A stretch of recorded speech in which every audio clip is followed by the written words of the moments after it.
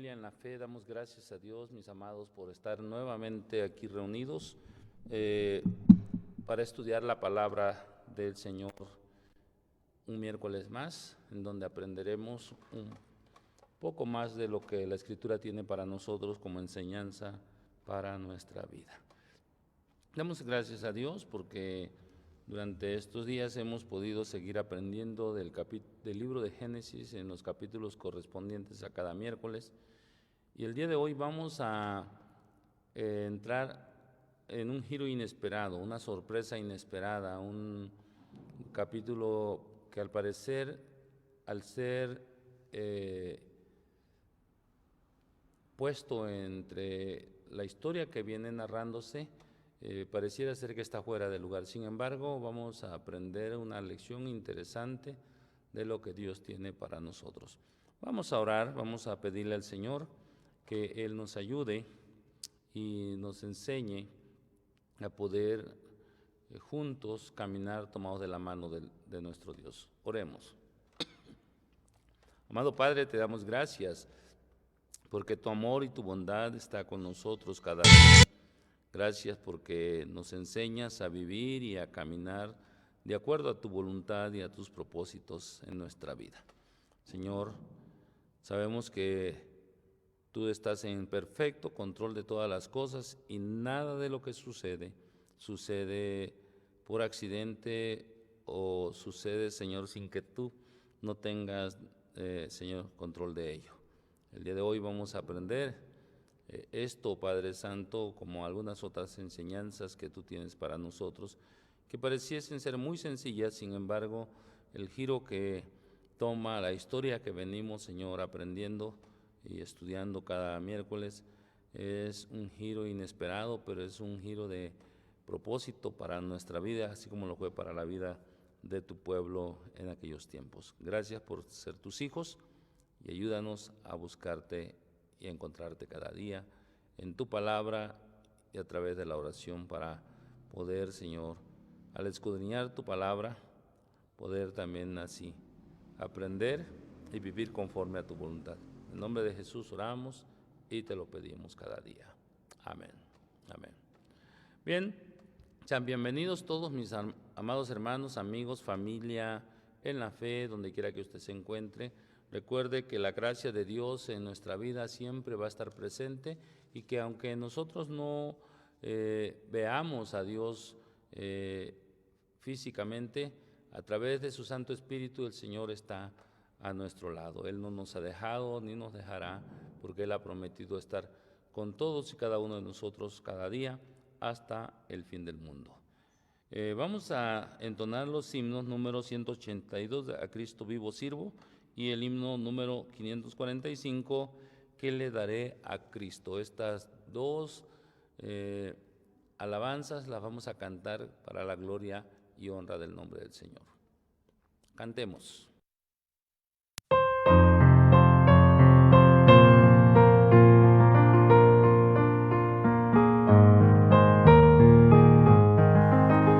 Al Cristo vivo sirvo y Él en el mundo está.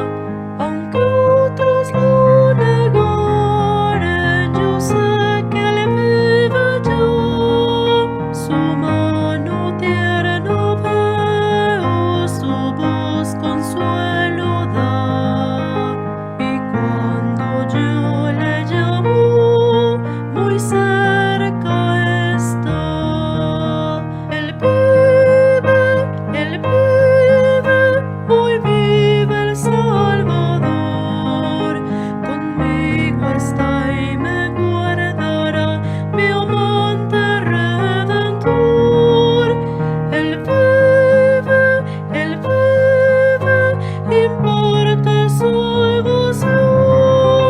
¿Cómo es que sé que vive Él? Está en mi corazón, en todo el mundo entero contemplo yo su amor. Y al sentirme triste, consuélame el Señor. Seguro estoy que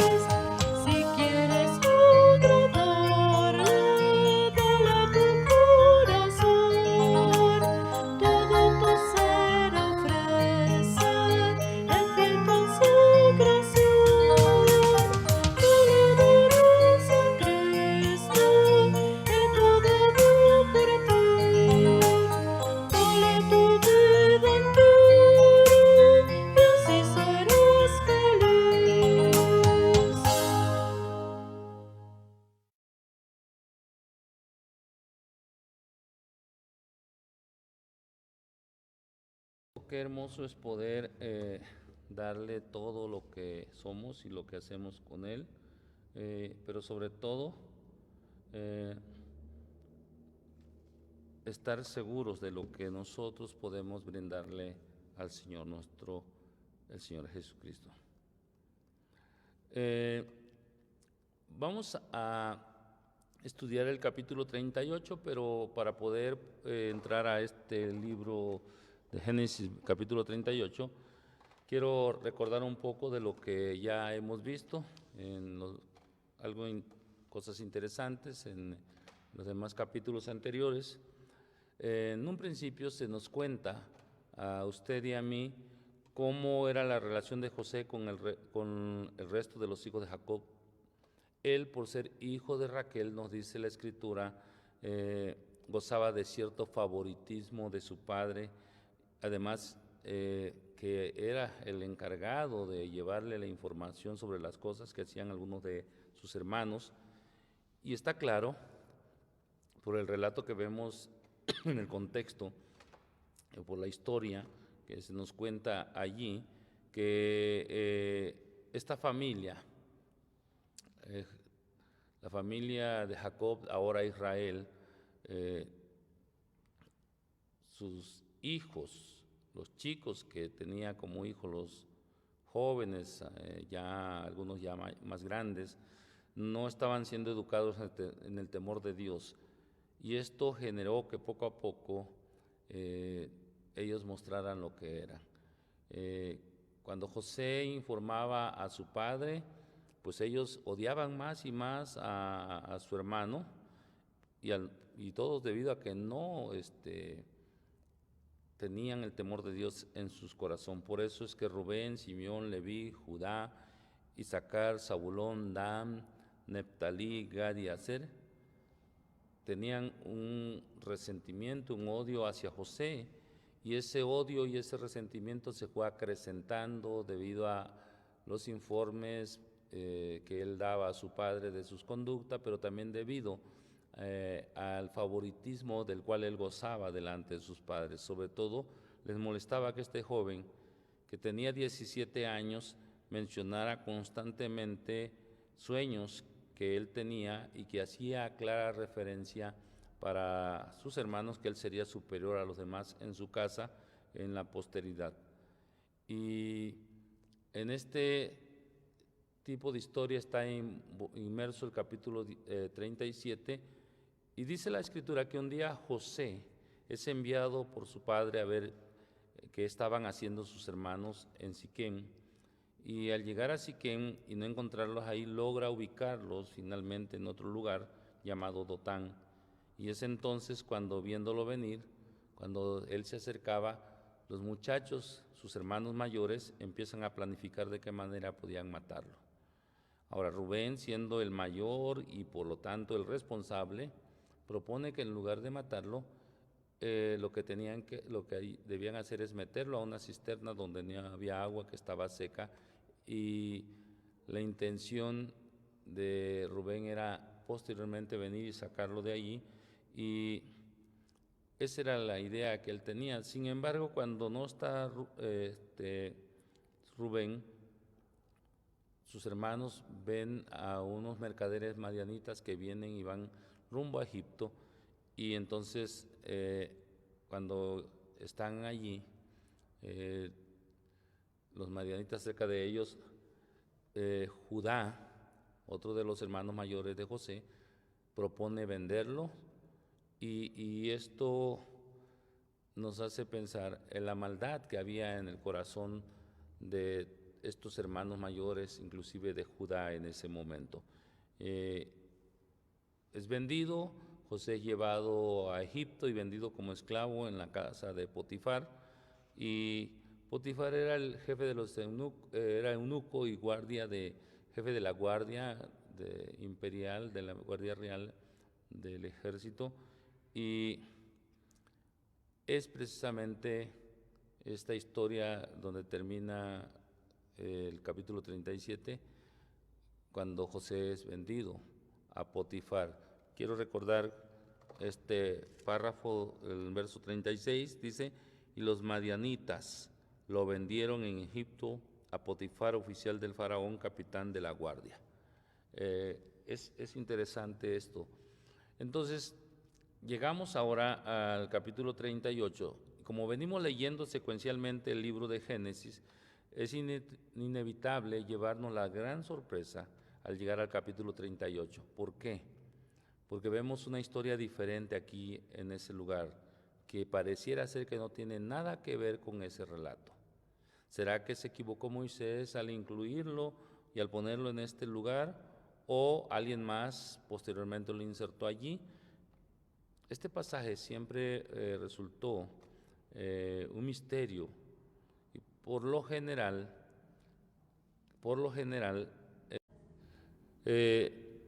queremos decirles que Dios siempre nos va a dar a entender, o nos va a enseñar por medio de este capítulo primero que debemos conocer el contexto en el cual se da esta historia. El capítulo 38 es una sorpresa, sin lugar a dudas, para nosotros, porque pareciera ser que se introduce una historia nueva, algo diferente, pero es la misma historia. Dentro de la soberanía, Dios está enseñándonos lo que Él quiere para nosotros. Recordemos el capítulo 35, donde se da por finalizada la historia que tiene Jacob como protagonista.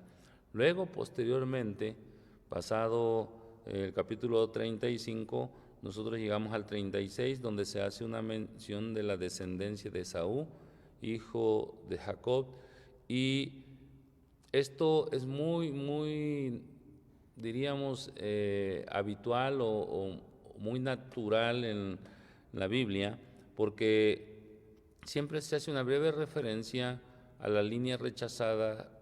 Usted ya lo vio con los descendientes de Abraham cuando se hace esto. Ahora lo vemos con los descendientes de Isaac, Jacob y Esaú.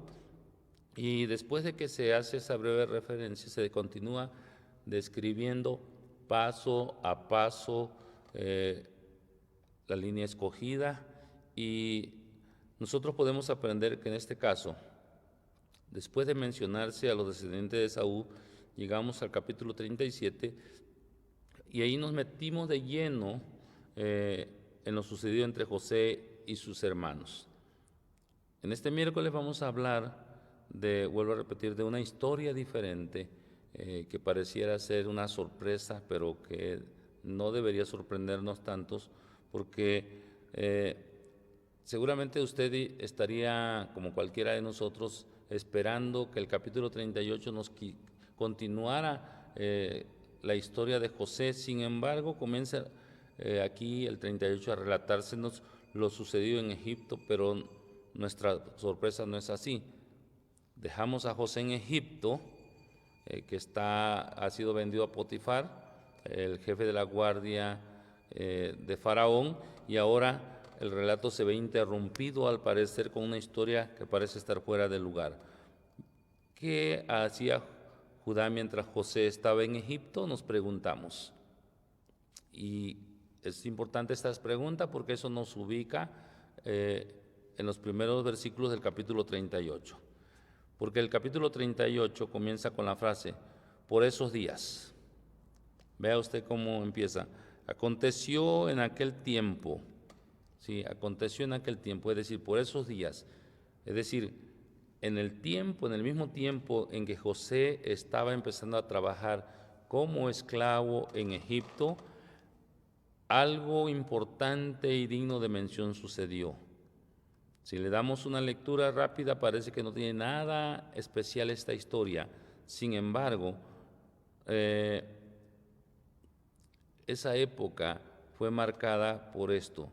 Si la evaluamos detenidamente un poco, nos veremos que en ella se narra la forma en que Judá tuvo a Fares como hijo, y quien de alguna forma llega a formar parte de la línea genealógica que llevaría al Mesías. Sin embargo, hay algo que sigue haciéndonos un poco de ruido. ¿Por qué había de interrumpirse tan drásticamente la narración? ¿Por qué cree usted sobre José? ¿Acaso no podía Moisés contar eso más adelante? Para poder entenderlo, el porqué de esto, tenemos que meternos de lleno a resolver este misterio de Génesis 38. Lo primero que se nos dice sobre el cuarto hijo de Jacob, que es Judá, es que se aleja de sus hermanos. Vea el verso 1 de Génesis 38. Aconteció en aquel tiempo que Judá se apartó de sus hermanos y se fue a un varón adulamita que se llamaba Ira.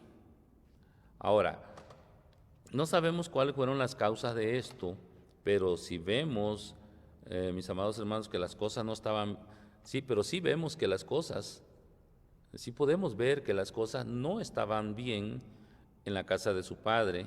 Ahora, déjeme decirle que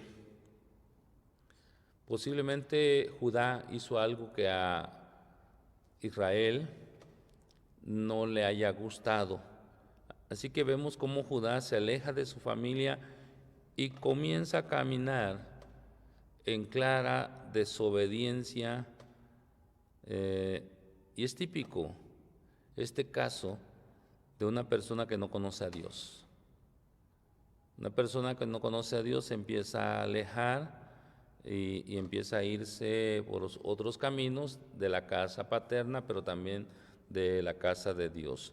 Ahora, este hombre, Judá, dice la Escritura, vea, seguimos leyendo, dice que se va a casa del ulamita que se llama Ira, en desobediencia, se aleja de su familia, de la casa de su padre, y se casa con una mujer cananea.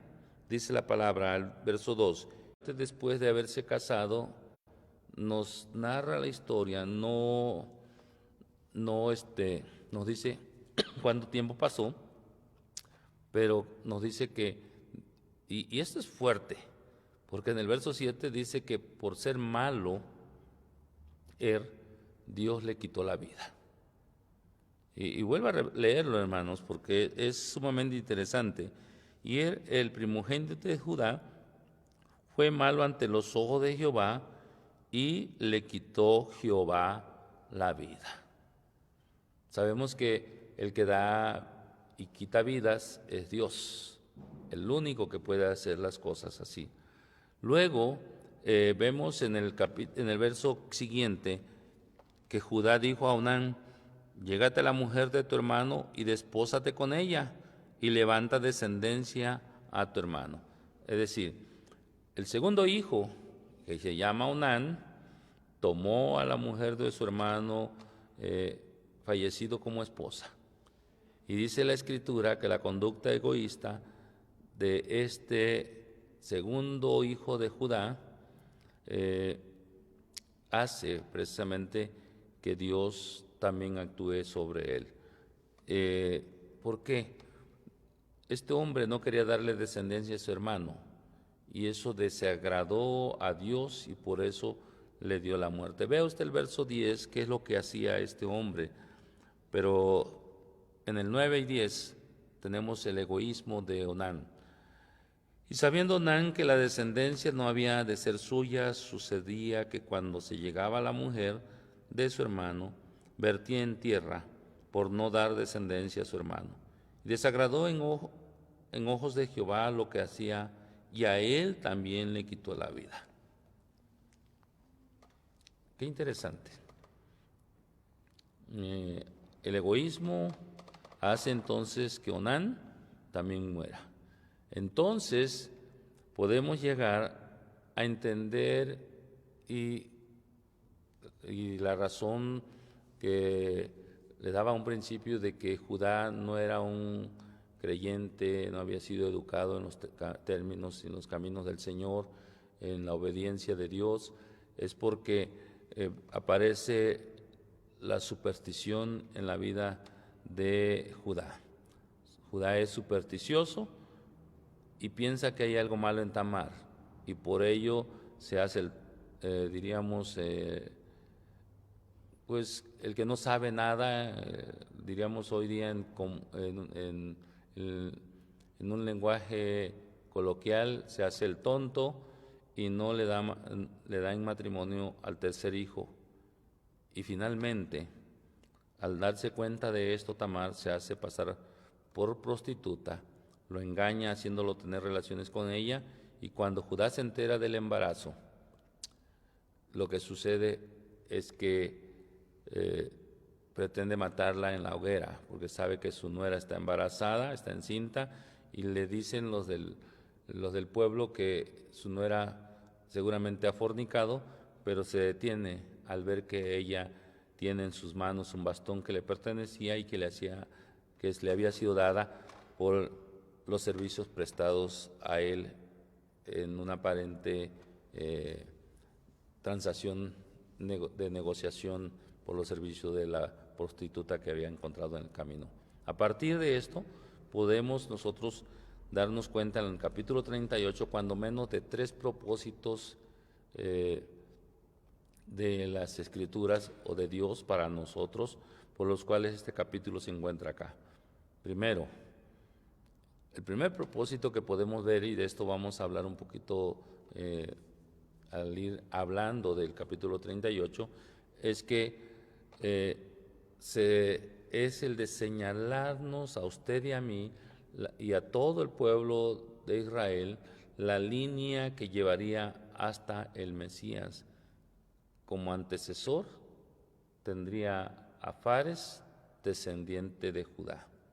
Pero también puedo ver que la idea es mostrarnos la diferencia entre José y sus hermanos, que estaban teniendo de antemano pleitos desde muy chicos, y luego mostrarnos el día también en que Judá cambiaría para siempre su corazón y empezaría a vivir como un hijo de Dios. ¿Por qué decimos esto? Porque el último propósito, este es el gran misterio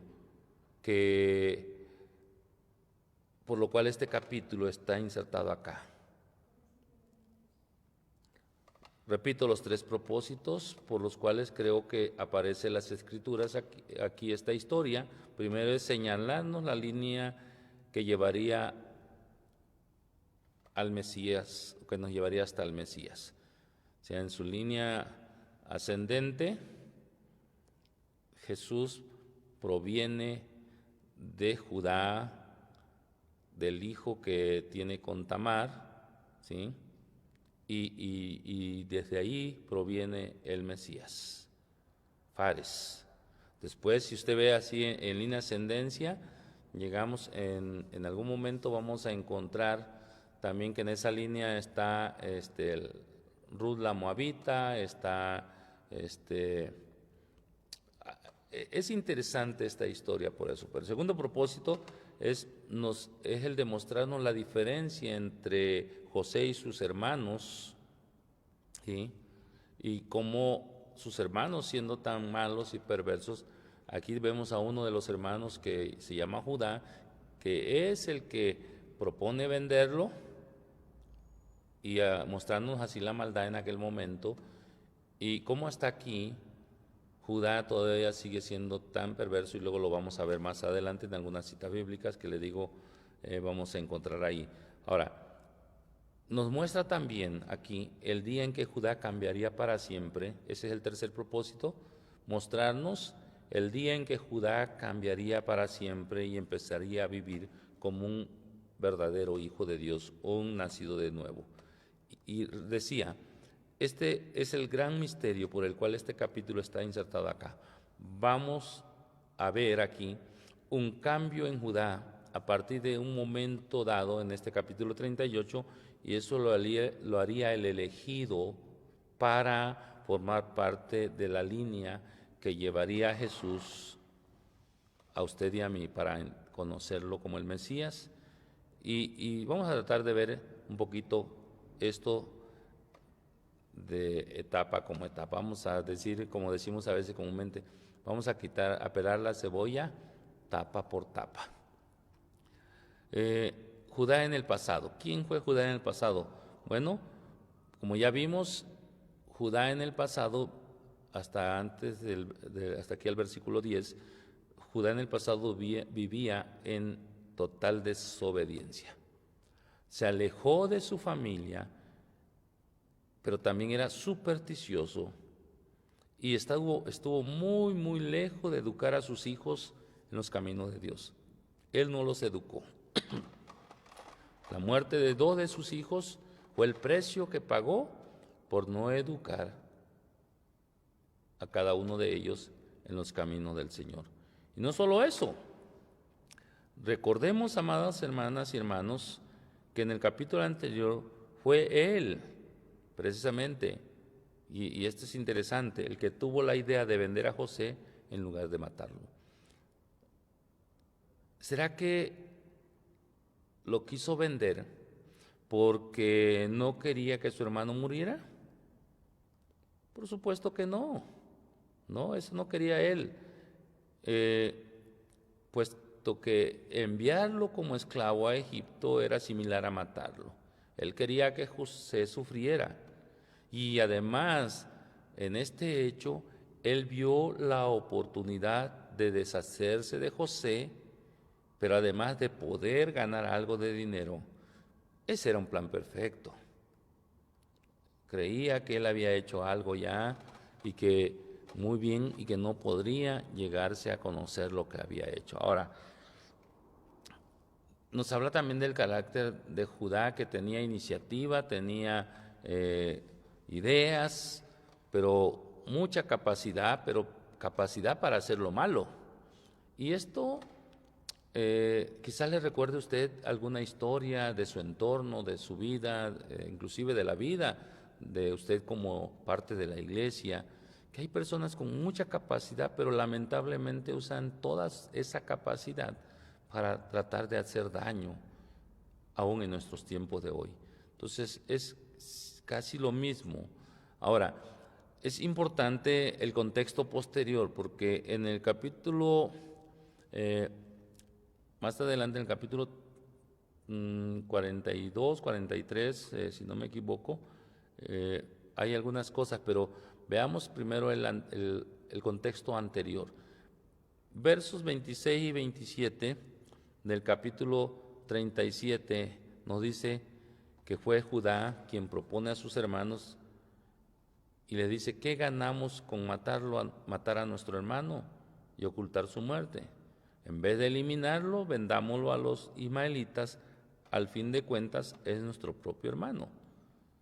Judá, con esto quiero decirles, era malo, sin dudas, era malo, y nunca, seguramente hasta este momento, había conocido a Dios. Ahora el verso 26 del capítulo 38, vemos cómo nosotros allí, el contexto posterior al verso 10 que estamos ahorita, vea el verso 26, dice: entonces Judá los reconoció y dijo: más justa es ella que yo, por cuanto no la he dado a Sela mi hijo, y nunca más la conoció. Judá lo reconoció y declaró: su conducta es más justa que la mía, pues yo no le di por esposa a mi hijo Sela. Amados hermanos, y dice, y no volvió, la Nueva Versión Internacional dice, cambia la palabra conocer y dice, y no volvió a acostarse con ella. Al verse envuelto en toda esta situación y él pasar de acusador a acusado, Judá se da cuenta de que realmente estaba haciendo malo y no estaba viendo conforme, o no estaba viviendo, mejor dicho, conforme a lo que Dios quería para él. Incluso él dijo que el acto de prostituirse de su nuera era algo más justo que lo que él había hecho. Y hasta allí, hasta ese momento, nosotros podemos ver cómo reconoce su pecado. Judá está reconociendo su pecado, pero él va más allá todavía. Y es en eso en que vemos una verdadera transformación en su vida, porque dice la palabra que Judá no volvió a acostarse con su nuera, no volvió a acostarse con ella, es decir, cambió por completo su actitud. Empezó a caminar un camino diferente. Hasta antes, cuando vende a José, no se arrepiente, no pasa nada y tiene el descaro todavía de ser de los que va a su padre en el capítulo 37 y no les importa el dolor de su padre. Y ahora, cuando pasa esto, como es él el que ha perdido ya 2 hijos, ahora sí le diríamos hoy día, le pega directamente a Judá, y Dios lo llevó a experimentar las aguas más amargas de la maldad que había en él. Por su propia maldad estaba experimentando esto. Ahora, y esto es porque Dios quería que él reconociera su pecado. Por ello es que a veces Dios permite algunas cosas en nuestra vida para que nosotros reconozcamos y sepamos y analicemos si estamos bien o estamos haciendo algo que no deberíamos. Ahora, Judá, podemos decir, es una nueva criatura. Judá es una persona diferente. Después del versículo 10, nos narra la historia cómo Judá y Tamar, su nuera, le dice en el 11 que se quede viuda, se vaya a la casa de sus padres, que esté allá y que él le va a avisar cuando su hijo más chico, Sela, haya crecido y se la dé por mujer. Pero esto lo decía, dice la palabra del Señor, por superstición, porque dice, no sea que muera él también como sus hermanos. Y se fue Tamar y estuvo en casa de su padre, ¿sí? Pasaron muchos días y murió la hija de Súa, mujer de Judá, es decir, su esposa muere, y después Judá se consoló y subía a los trasquiladores de sus ovejas a Timnat, él y su amigo Hira. Recuerda el amigo que nos narra el verso 1, Hira es este Edulamita que se hace amigo de él y es donde él está allí. Y luego fue dado aviso a Tamar diciendo, he aquí tu suegro sube a Timnat a trasquilar sus ovejas. Entonces se quitó ella los vestidos de su viudez y se cubrió con un velo y se rebozó y se puso a la entrada de Enaim junto al camino de Timnat, porque veía que había crecido Sela y ella no era dada a él por mujer. Y dice la palabra en el verso 15, y la vio Judá y la tuvo por ramera, porque ella había cubierto su rostro. Y se apartó del camino hacia ella y le dijo, déjame ahora llegarme a ti, pues no sabía que era su nuera. Y ella dijo, ¿qué me darás por llegarte a mí? Él respondió, yo te enviaré del ganado un cabrito de las cabras. Y ella dijo, dame una prenda hasta que lo envíes. Entonces Judá dijo, ¿qué prenda te daré?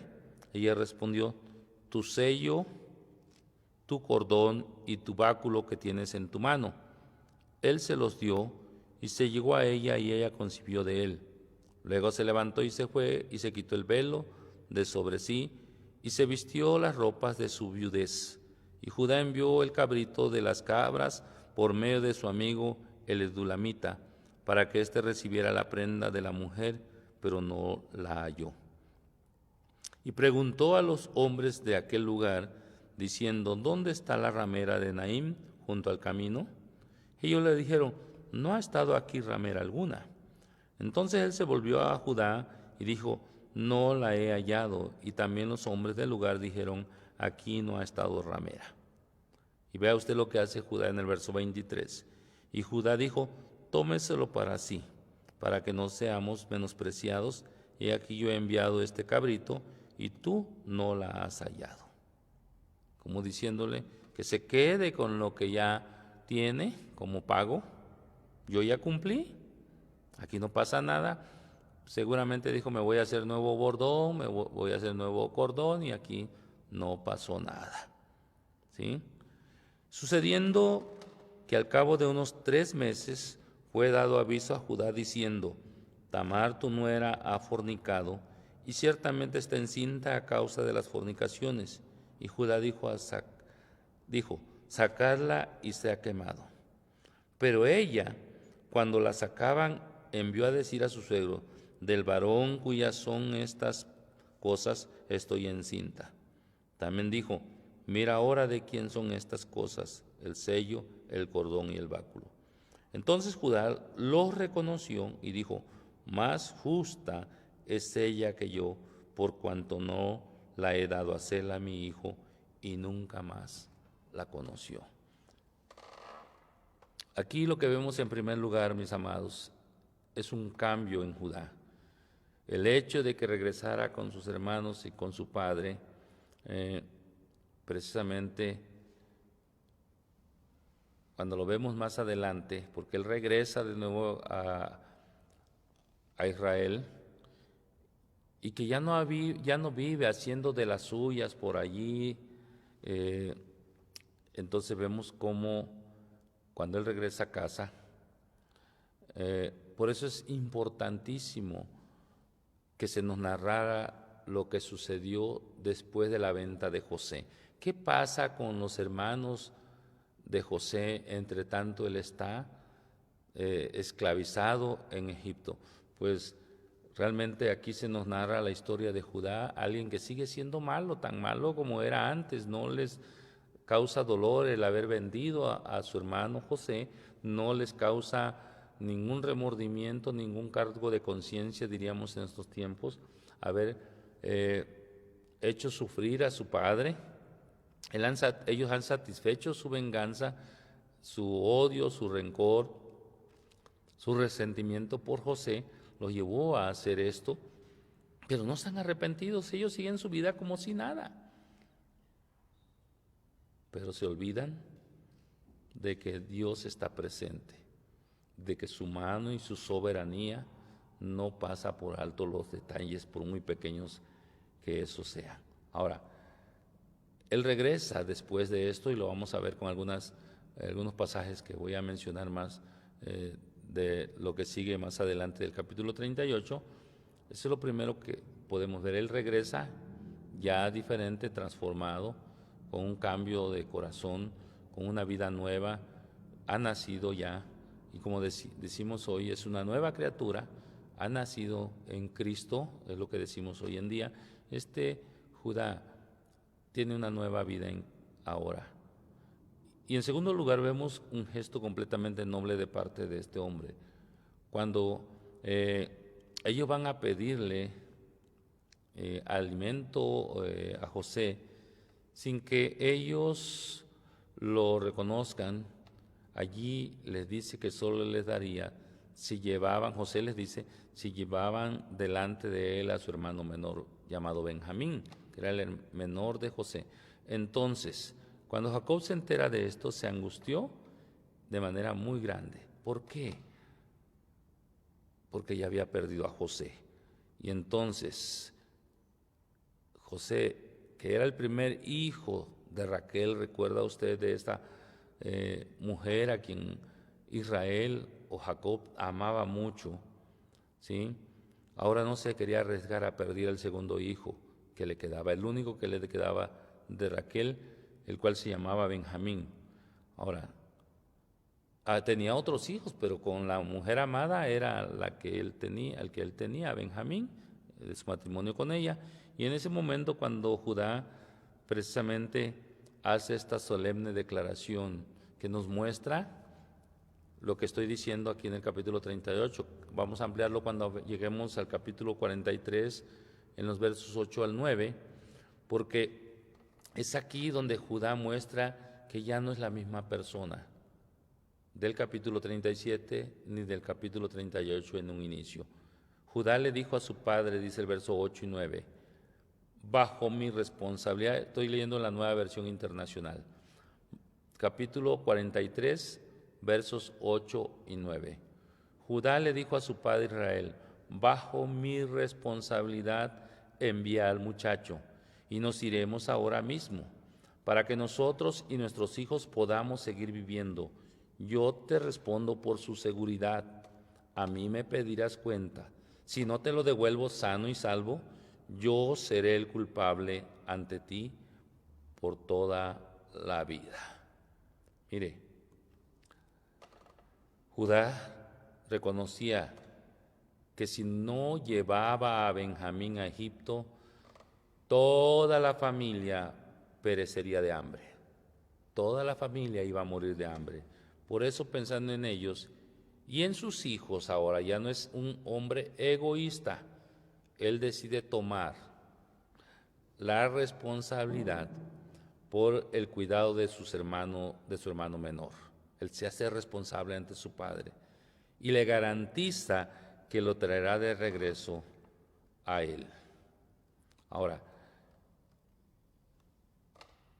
cuando llegan a tierra de Faraón, en el capítulo 44 vemos que José los engaña poniéndoles una copa en la bolsa de Benjamín para que luego precisamente los acusara de ladrones. Y mis amados hermanos, es en ese momento, en el capítulo 44, donde se da la siguiente discusión, versos 16 y 18. Génesis 44, 16 y 18. Y leo otra vez en versión internacional. Cuando son descubiertos, dice, no sabemos qué decirle, mi señor, contestó Judá y exclamó, no hay excusa que valga. ¿Cómo podemos demostrar nuestra inocencia? Dios ha puesto al descubierto la maldad de sus siervos. Aquí nos tiene usted, somos sus esclavos nosotros y el que tenía la copa. Jamás podría yo actuar de este modo, respondió José. ¿Sí?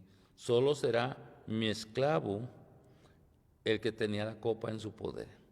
En cuanto a ustedes, regresen tranquilos a la casa de su padre. Entonces Judá se acercó a José para decirle, mi señor, no se enoje usted conmigo, pero le ruego que me permita hablarle en privado. Para mí, usted es tan importante como el faraón. Judá aquí está llevando la voz de sus hermanos, quien se hace cargo con esto de la situación y de las dificultades que están viviendo. Y que aquí está dispuesto a arriesgarse a hablar a solas con el ministro del faraón sin lugar a dudas. Habla del cambio que se ha generado en la vida de Judá.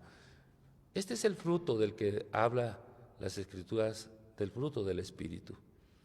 Este es el cambio que se espera en una persona que ya conoció a Dios, que tiene una relación estrecha con Dios, de una persona que deja de ser egoísta y deja de pensar en sí mismo y en satisfacer sus propias necesidades y olvidarse de todo lo demás. Es el cambio de un corazón que ha sido transformado por la obra de Dios en su vida. Y dice el verso 44, el verso 30 y 34 al 34 en el mismo capítulo 44, dice, que, ya hablando en privado con él, dice, así que si yo regreso a mi padre, su siervo, y el joven cuya vida está tan unida a la de mi padre, no regresa con nosotros, seguramente mi padre, al no verlo, morirá, y nosotros seremos los culpables de que nuestro padre se muera de tristeza. Este siervo suyo quedó ante mi padre como responsable del joven, hablando de sí mismo, y le dijo, si no te lo devuelvo, padre mío, seré culpable ante ti toda mi vida. Por eso, permita usted que yo me quede como esclavo suyo en lugar de mi hermano menor, y que él regrese con sus hermanos. ¿Cómo podré volver junto a mi padre si mi hermano menor no está conmigo? No soy capaz de ver la desgracia que le sobrevendrá a mi padre. ¿Se da cuenta? Ahora hay una transformación en Judá. Ahora sí se preocupa por su padre, se preocupa por sus hijos, se preocupa por sus hermanos. Es un hombre que ha cambiado. Entonces, por ello, el capítulo 38 es importante porque el verso que leímos anterior a todo esto que les decía del contexto posterior, en el verso 26, dice: entonces Judá los reconoció. Estoy en el capítulo 38 de Génesis. Entonces Judá los reconoció y dijo: más justa es ella que yo, por cuanto no la he dado a Sela, mi hijo, y nunca más la conoció. Este pequeño acto que pareciera ser insignificante en el capítulo 38 es el que cambia la vida. Es capítulo 38, el verso 26. Es un momento, ¿sí?, muy, muy breve pareciera ser. Y luego la historia continúa y nos dice que en el seno de Tamar hay 2 hijos, hay gemelos, y pareciera ser que se repite la historia de nuevo de precisamente el padre de Judá con su tío Esaú, ¿sí?, Jacob y Esaú. Hay gemelos nuevamente. No sé, quizás algún médico nos pueda decir, decir que si esto es genético, pero me parece que sí es genético, que su padre fue gemelo y ahora él tiene gemelos también con Tamar, de una manera no pareciera correcta, no apropiada, pero Dios nos está mostrando aquí que aun cuando hay algo malo que él hace y que él es egoísta, Dios conoce el corazón y está haciendo esto para sacar lo mejor de Judá, y de allí, de esa situación irregular, podríamos decirlo, de un aparente pecado, de un pecado porque no se casa con Tamar, de allí surge el Mesías. Judá se ofrece a ser esclavo en lugar de Benjamín, regresando de nuevo a la narración que acabamos de escuchar. Y se ofrece porque sabía del enorme mal que podía causarle a su padre si perdía a su hermano menor, a Benjamín. Este no es el mismo hombre que había propuesto vender a José. Este ya es un hombre diferente. Ahora estaba dispuesto a dar su propia vida por los demás, a ofrecerse. ¿Y no le recuerda esto como algo que después nosotros vivimos? Jesús estuvo dispuesto a dar su vida por nosotros en la cruz del Calvario. Él murió por nuestros pecados. Judá está dispuesto a hacerlo, a tomar el lugar de sus hermanos, a tomar el lugar de su hermano Benjamín. Jesús vino a tomar nuestro lugar. Y déjeme decirle que toda ambición egoísta que se había mostrado antes en Judá es hecha a un lado ahora con este nuevo Judá que vemos. En Génesis 38 este hombre conoce, sin lugar a dudas, verdaderamente a Dios. Y es por eso que cambió tan drásticamente su forma de actuar. Solamente cuando el hombre tiene un encuentro con Dios puede cambiar su vida tan drásticamente. Judá aquí lo tiene, sin lugar a dudas. Y esto fue lo que le llevó finalmente para que recibiera una profecía tan maravillosa de parte de su padre Jacob. Mi hijo Judá es como un cachorro de león que se ha nutrido de la presa. Se tiende al acecho como león, como leona que nadie se atreve a molestar. El cetro no se apartará de Judá, ni de entre sus pies el bastón de mando, hasta que llegue el verdadero rey, quien merece la obediencia de los pueblos. Aquí está hablando, es una profecía que Israel, antes Jacob, está haciendo de dónde vendría o cuál sería la línea en que llegaría el Mesías. Y amados hermanos, dice algo muy interesante: el cetro permanecerá en Judá. Es decir, de allí vendría el rey prometido. Él formaría parte de la línea de la promesa. Miren, ni siquiera había nacido ni David ni nadie más, pero es de ahí de quien llegaría hasta el Redentor, el Mesías, el Rey. Qué tremenda transformación de este hombre.